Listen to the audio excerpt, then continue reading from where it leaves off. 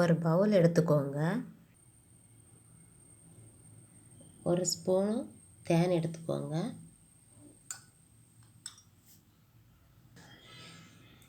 ஒரு spoon lemon எடுத்துக்கோங்க.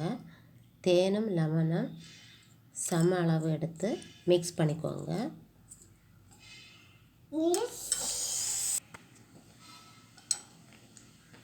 ரெண்டுமே சம அளவு எடுத்து இந்த மாதிரி ஒன்று பிள்ளைங்களுக்கு காஃப் ஆகிருப்பாங்க இல்லை அவங்களுக்கு ஒரு நாள் 2 டைம்ஸ் தொடர்ந்து ஒரு 4 or 5 days கொடுத்துட்டு வரும்போது இந்த தொண்டை இருக்கிற சளி நெஞ்சில் உறைஞ்சிருக்கு அந்த நுரையீரலில் இருக்கிற அந்த சளி சீக்கிரமாக ரிலீவ் ஆகி வெளியே போகும்.